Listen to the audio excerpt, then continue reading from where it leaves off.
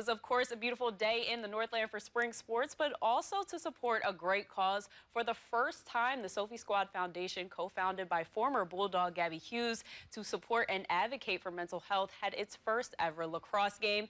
And what a better team to start the hashtag Lax Battles back with than the Duluth Wolfpack, led by Hughes' former teammate Naomi Rogi. They hosted Gentry Academy. Start about 7 minutes into the first half, where Gentry leads 4-0. Amelia Weiss gets one past Lily Bruno to put the Stars up 5-0. Then just under 6 left, Gentry with a 9-1 lead until Grayson Shipper turns the Jets on from midfield all the way to the goal to get a score. It's a 9-2 game. Now to midway through the second, Stars up 15-3. Shipper will try again. It hits the post, but Ella Brisbaugh scores on the rebound for the third Wolfpack goal of the day. They would add one more to the board, but fall to the Stars 17-4.